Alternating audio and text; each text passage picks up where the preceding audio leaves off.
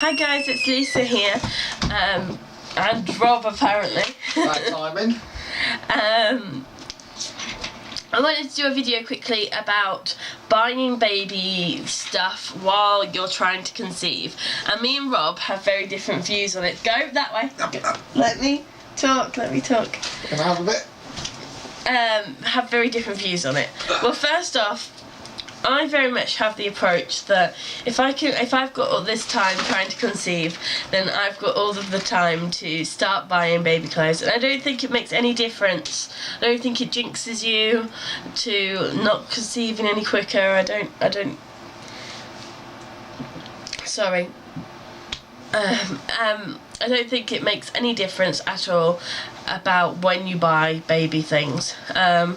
Although I don't keep them in my house, I keep them at my mum's house, and I've started a big box, and at the moment the only thing that's in it is a pack of 0 to 3 months vests, suitable for a boy or a girl, a bottle cleaner brush, a brush cleaner. We've also got a baby carrier, which I got reduced and a good deal on, so I picked it up. And I've also got a sterilizer as well, which, if I'm honest, we bought last time we were pregnant when we miscarried. Now, I did buy other things when I miscarried before, but the majority of those I gave away to pregnant friends, and I couldn't stand the sight of them in my house.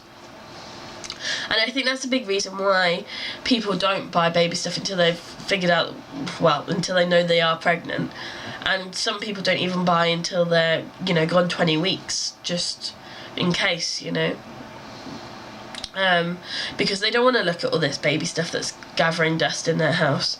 But the way I look at it is, if me and Rob never conceive on our own and we fail at IVF, and the next thing that we would probably do is look into adoption, and you never know how quick or how slow adoption's going to work, and we would also maybe look into foster caring as well, where you could just literally, you obviously do your registration and stuff, but you could have children of all ages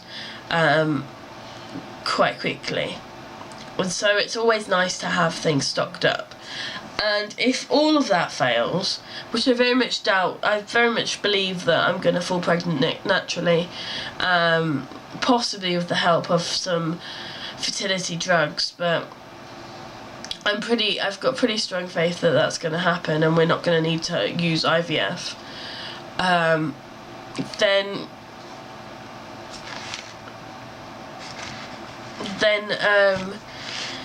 you could always there's always ways to get rid of it and to sell it and stuff. But obviously that would be really hard. But some people are very much against buying, but Rob was actually really against buying anything before we found out we were pregnant.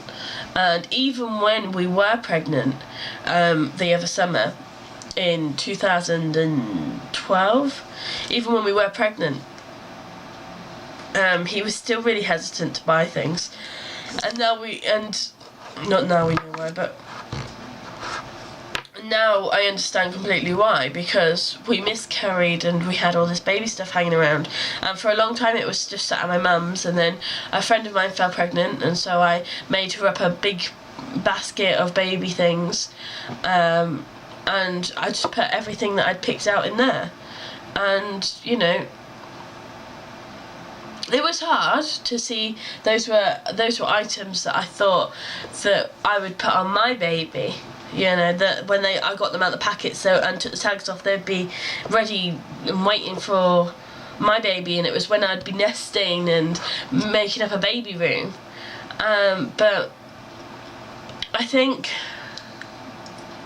I want to be as prepared as possible, and I want to get excited about trying to conceive again, because if I'm honest, I think Rob would agree that it became a drag, because you were so wrapped up in this bubble of trying to conceive and getting pregnant and things like that you forgot to enjoy sex.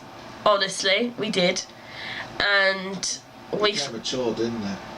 And it became mature. And it was only really when, like a couple of months ago, I went, right, I am done.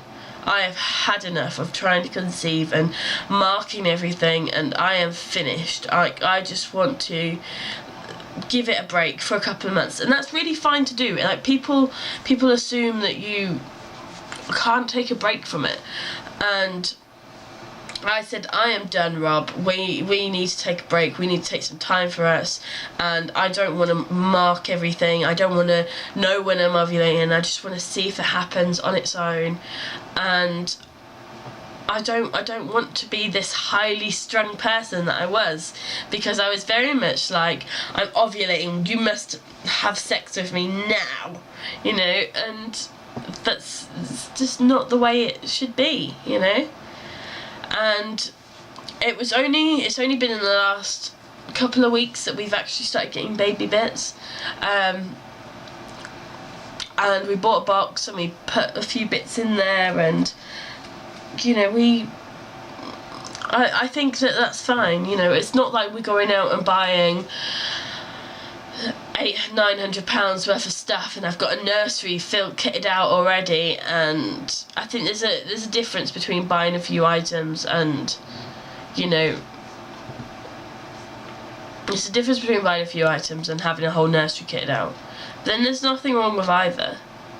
I feel that it's just up to you and your preference and your beliefs, and you've really got to sit down again and talk to your partner about it and see what they're comfortable with. I mean, I'm very much comfortable getting things, but I don't want them in my house. I would want them in my mum's house so that they can be put away, and when I need them, they're there. So we will... What do you want? I just want to put my 2 cents in, but... Hang on, Rob wants to... No, don't turn it. Don't turn it. Right. In your pyjamas? In my pyjamas, You're not actually in frame. Oh, yeah, you are. Yay! Right. Like Lisa said... Sorry. She coughs up half a lung. Like Lisa said, when we first found out we're pregnant, we thought, okay, we'll go buy some bits and pieces, and I thought let's settle down. When we did lose the baby... We didn't really go crazy though, did we? We didn't go crazy, but... We probably spent about £40 in the weeks that we knew we were pregnant. And in my mind as well, sorry, I forgot a point that I've just remembered. In my mind as well, I'm not now buying clear blue digital pregnancy tests. Thank God. 3 a month, which are easily, you know, £12 each. I think for a double pack it's like £13, I think. Luckily, is that right? Luckily for me, I work in medical supplies. No, I've already told them that. Oh, okay. I work in medical supplies. So I'm in my mind, I'm putting that money that I would spend on all of those tests, Rob, Okay. into baby stuff. And I am not superstitious in the slightest, and I don't think there's anything wrong with that. I think that if we don't conceive our own child, we are likely to adopt or you know, have children in other ways. That makes it sound so seedy. Have children. We're still going to be around children, and if that's the case, then we need to be ready for them. I mean, people that end up adopting, they must have to go buy baby clothes and not be pregnant. Very good friends of ours are actually adopted parents, aren't they? Like Vic and Brenda. They are foster carers, that's different. Well, adopted in fact. What's the difference? Really? Okay, I need to go talk to him about the difference between fostering and adoption. I know about the birds and the bees. But we will speak to you later, and thank you very much for watching our video, and we will see you tomorrow. Thanks, bye.